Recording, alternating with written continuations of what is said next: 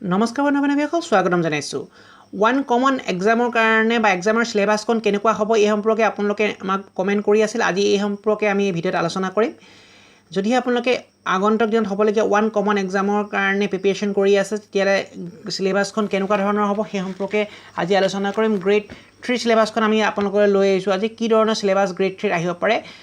আৰু সেই সম্পৰ্কে আজি ভিডিঅ'ত আলোচনা কৰিম যদি আপোনালোকে জুনিয়ৰ ছেছনকে পৰীক্ষা কৰি বিভিন্ন ধৰণৰ গ্ৰেড 3 এক্সাম সমূহৰ কাৰণে প্ৰিপাৰেচন কৰি আছে তেতিয়ালে ইয়াৰ সিলেবাছখন ভালদৰে চাওক যাতে আগন্তুক দিনত আপোনাৰ কোনো অসুবিধা নহয় আজি সম্পূৰ্ণ আমি অফিচিয়েল সিলেবাছখন আলোচনা কৰিম যিখন আগন্তুক দিনৰ পৰীক্ষাত আহিব পাৰে সো বলক ভিডিঅ'টো আৰম্ভ কৰোঁ নমস্কাৰ বন্ধু-বান্ধৱীসকল মোৰ নাম আছে শ্ৰী অংকুৰ এছ শৰ্মা আৰু আপোনালোকে চাই আছে আপোনালোকৰ আপোন চেনেল জবমেল আসাম য'ত অসম তথা কেন্দ্ৰীয় চৰকাৰ বিভিন্ন চাকৰিৰ লগতে চাকৰি সম্পৰ্কীয় বিভিন্ন তথ্য পাতি আৰু প্ৰয়োজনীয় প্ৰশ্নকাকতসমূহ আলোচনা কৰা হয় যদি আপোনালোকে পোন প্ৰথমবাৰৰ বাবে আমাৰ চেনেলটো ভিজিট কৰিছে আৰু যদি আমাৰ চেনেলটো এতিয়াও আপোনালোকে সাবস্ক্ৰাইব কৰা নাই অনুগ্ৰহ কৰি আমাৰ চেনেলটো সাবস্ক্ৰাইব কৰিব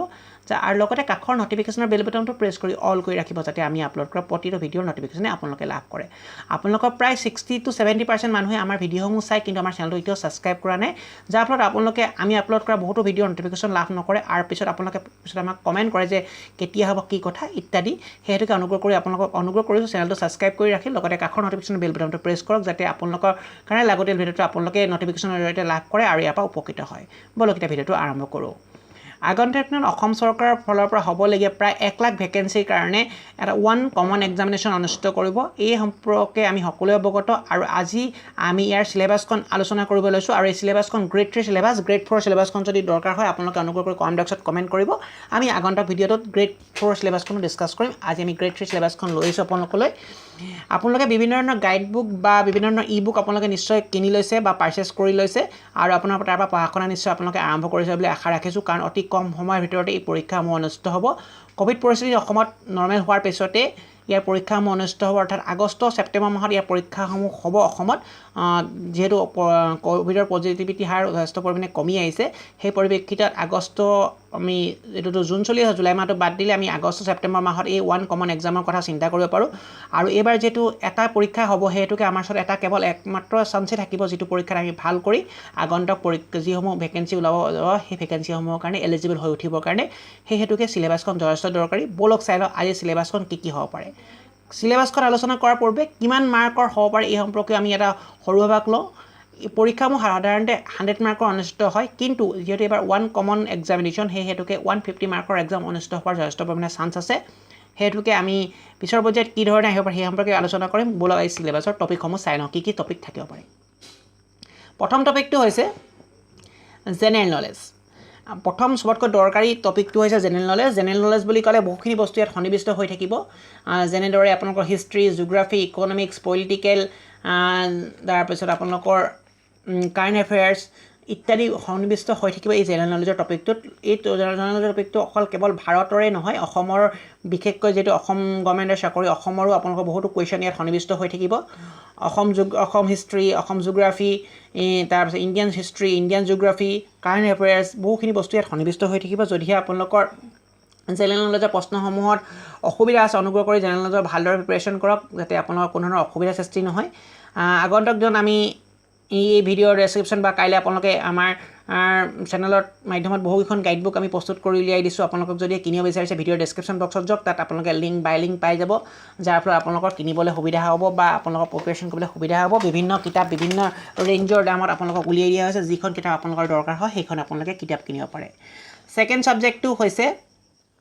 জেনেৰেল ইংলিছ সকলোতকৈ সৰ্বাধিক দৰকাৰী আৰু ইম্পৰ্টেন্ট টপিক সেকেন্ড টপিকটো হৈছে জেনেৰেল ইংলিছৰ টপিকৰ ওপৰত আমি সকলো পৰীক্ষাতে দেখা পাইছো ইংলিছৰ টপিকৰ ওপৰত প্ৰশ্ন সকলো গ্ৰেড 3 এক্সামত আমি দেখা পাওঁ আৰু ইয়াৰ কাৰণে আপোনালোকে ভালদৰে প্ৰিপাৰেচন কৰাটো যথেষ্ট দৰকাৰী কাৰণ গ্ৰেড 3 এক্সামিনেশ্যন সমূহত যদি আপোনালোকৰ যদি হেৰি অসুবিধা হয় কি কয় জেনেৰেল ইংলিছৰ প্ৰিপাৰেচন নাথাকে তেতিয়াহলে আপোনালোকে পৰীক্ষাসমূহত ভাল ফলাফল দেখাব নোৱাৰে কাৰণ জেনেৰেল ইংলিছত আপোনালোকৰ মোটামুটি ভাল নম্বৰ আহে 20 পৰা 30 নম্বৰ আমি জেনেৰেল নলেজ 100 মাৰ্কছৰ এক্সামিনেশ্যন দেখা পাওঁ সো যদি 150 হয় যথেষ্ট পৰিমাণে বৃদ্ধি হ'ব আগন্তুক ভিডিঅ'ত আমি কিমান মাৰ্কছৰ হ'ব পাৰে আৰু এটা সম্ভাৱনাৰ বিষয়ে আলোচনা কৰিম সো তৃতীয় সাবজেক্টটো হৈছে জেনেৰেল সায়েন্স জেনেৰেল সায়েন্স সচৰাচৰ সকলো পৰীক্ষাতে কুৱেশ্যন নাহে কিন্তু যেহেতু ইয়াতো এগ্ৰিকালচাৰ ডিপাৰ্টমেণ্ট বা ভেটেৰিনেৰী ডিপাৰ্টমেণ্টৰ পোষ্টসমূহ সন্নিৱিষ্ট হৈ থাকিব সেই হেতুকে ওৱান কমন এক্সামিনেশ্যনত জেনেৰেল সায়েন্সৰ প্ৰশ্ন যথেষ্ট পৰিমাণে অহাৰ চান্স আছে জিকে পাৰ্টতে এই বস্তুখিনি সন্নিৱিষ্ট হৈ থাকিব তথাপি আমি জিকে পাৰ্টত সেই বস্তুখিনি ডিছকাছ কৰা নাছিলোঁ কাৰণে এক্সট্ৰা টপিক হিচাপে আপোনালোকৰ আগত অৱগত কৰিছোঁ প্ৰায় যদি প্ৰায় 20 পৰা 30 নম্বৰ জিকে আপোনাৰ জেনেৰেল সায়েন্সৰ প্ৰশ্ন সন্নিৱিষ্ট হৈ থাকিব সেই হেতুকে আগন্তুক দিনত আমি জেনেৰেল সায়েন্সৰ কুৱেশ্যন আপোনালোকক আগবঢ়াম আপোনালোকৰ প্ৰয়োজনাৰ্থে যদিহে দৰকাৰ হয় আমাক অনুগ্ৰহ কৰি কমেণ্ট বক্সত কমেণ্ট কৰিব যাতে আমি আপোনালোকক এই সম্পৰ্কে আলোচনা কৰিব পাৰোঁ নেক্সট 4 নম্বৰ টপিকটো হৈছে জেনেৰেল মেথমেটিক্স আৰু লগতে আপোনালোকৰ ইয়াত ৰিজনিং সাবজেক্টটো এক্সট্ৰাকৈ সোমাই থাকিব মেথমেটিক্স পাৰ্টটোৰ ওপৰতো যথেষ্ট পৰিমাণে মাৰ্ক আহে 10 পৰা 20 নম্বৰ যদি 1 নম্বৰ এক্সাম হয় তেতিয়া ইয়াত হোৱাৰ চান্স থাকে সেই হেতুকে প্ৰতিটো এক্সাম আৰু বিশেষকৈ ল'ৰা ছোৱালীবিলাকৰ জেনেৰেল মেথমেটিক্সত বহুতো কনফিউজ থাকে আগন্তুক দিনত পাৰিলে আমি আপোনালোকক ক্লাছ দিবলৈ চেষ্টা কৰিম যদিহে আমাৰ সম্ভৱপৰ হৈ উঠে জেনেৰেল মেথমেটিক্সৰ হেতুকে যদি দৰকাৰ হয় অনুগ্ৰহ কৰি কমেণ্ট বক্সত কমেণ্ট কৰিব আমি জেনেৰেল মেথমেটিক্সৰো আপোনালোকক ক্লাছ দিবলৈ চেষ্টা কৰিম ফ্ৰী ক্লাছ চ' নেক্সট টপিকটো হৈছে আছামিজ লেংগুৱেজ তো এতিয়া আছামিজ লেংগুৱেজ বুলি ক'লে বহুতে ক'ব যে আছামিজ লেংগুৱেজৰ কুৱেশ্যন থাকিব জানো হয় আপোনালোকে যদিহে আগৰ পোষ্টসমূহত এপ্লাই কৰিছিল ট্ৰেন্সপৰ্ট ডিপাৰ্টমেণ্ট বা আপোনালোকৰ ইণ্ডাষ্ট্ৰি এণ্ড কমাৰ্চ বা আপোনালোকৰ তেনেকৈ কিছু ডিপাৰ্টমেণ্ট আছিল যদিহে আপোনালোকে এপ্লাই কৰিছিল তাৰ চিলেবাছসমূহ আপোনালোকে যদি মন কৰিছিল তাত লেংগুৱেজ বুলি এটা টপিক সন্নিৱিষ্ট হৈছিলে অৰ্থাৎ আছামিজ লেংগুৱেজ আগত কেৱল অসম সচিবালয় পৰীক্ষাসমূহৰ কাৰণে এই আছামিজ লেংগুৱেজৰ প্ৰশ্ন আহিছিল বা ডিসি অফিচৰ প্ৰশ্নবিলাকৰ কাৰণে আহিছিল আছামিজ লেংগুৱেজটো কিন্তু এতিয়া বৰ্তমান ডিসি অফিচকে প্ৰমুখ্য কৰি যিবোৰ ডিপাৰ্টমেণ্টত পোষ্ট ল'ব সকলো ডিপাৰ্টমেণ্টৰ কাৰণে অহা এবছৰত 1 লাখ চাকৰিৰ কাৰণে এটা পৰীক্ষাই অনুষ্ঠিত হ'ব সেই হেতুকে আছামিজ লেংগুৱেজৰ প্ৰশ্ন আমাৰ এই ওৱান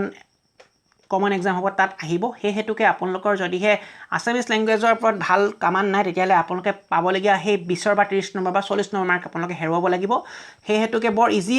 বুলি ভাবোঁ আমি আছামিজটো কাৰণ আমাৰ আছামিজটো মাতৃভাষা সেই হেতুকে আমি আছামিজটো বৰ ইজি বুলি ভাবোঁ কিন্তু আছামিজ লেংগুৱেজৰ গোটেই বস্তুখিনি মানে আদিকাল মধ্যকাল আৰু যি আধুনিক কাল সেই সকলো বিষয়ে আমি জানিব লাগিব যদিহে আপোনালোকে জানিব বিচাৰিছে আমাৰ এখন গাইডবুক আমি আপোনালোকক প্ৰিফাৰ কৰিছোঁ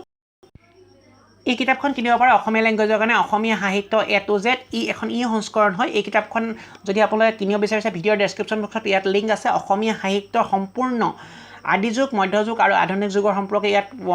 বিশদভাৱে ধুনীয়াকৈ আলোচনা কৰা হৈছে গোটেই কিতাপখন বহুত ডাঙৰ যথেষ্ট আপোনালোকৰ পৰীক্ষাৰ উপযোগী কৰি কিতাপখন প্ৰস্তুত কৰি তোলা হৈছে যদিহে আপোনালোকৰ প্ৰয়োজন আছে অনুগ্ৰহ কৰি ভিডিঅ'ৰ ডেছক্ৰিপশ্যন বক্সত গৈ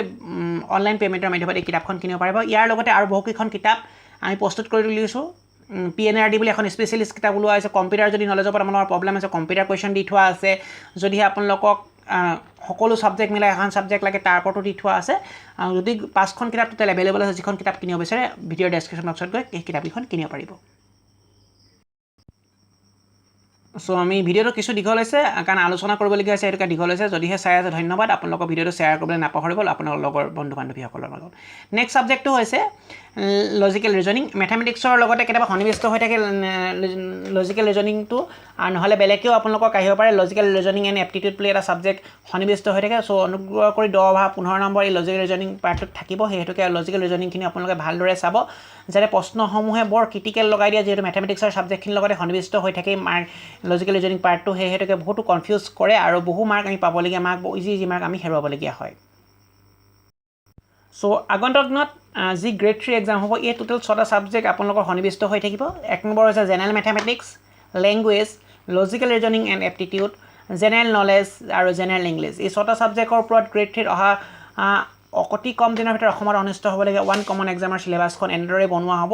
আগন্তুক দিনত কিমান মাৰ্ক আহিব পাৰে সেই সম্পৰ্কে আমি ভিডিঅ'ত আলোচনা কৰিম যদিহে আপোনালোকক প্ৰয়োজন হৈছে আৰু কিবা বুজিবৰ অসুবিধা আছে অনুগ্ৰহ কৰি কমেণ্ট বক্সত কমেণ্ট কৰিব আৰু আগন্তুক দিনত কেনেকুৱা ধৰণৰ ভিডিঅ' আপোনালোকে আমাৰ চেনেলৰ পৰা বিচাৰিছে সেই সম্পৰ্কে অনুগ্ৰহ কৰি কমেণ্ট বক্সত কমেণ্ট কৰিবলৈ নাপাহৰিব কিতাপখন যদি কিনিব বিচাৰিছে ভিডিঅ'ৰ ডেছক্ৰিপশ্যন বক্সত যাওক আৰু অনলাইন পে'মেণ্টৰ মাধ্যমত কিতাপখন কিনিব পাৰিব ধন্যবাদ জয় অসম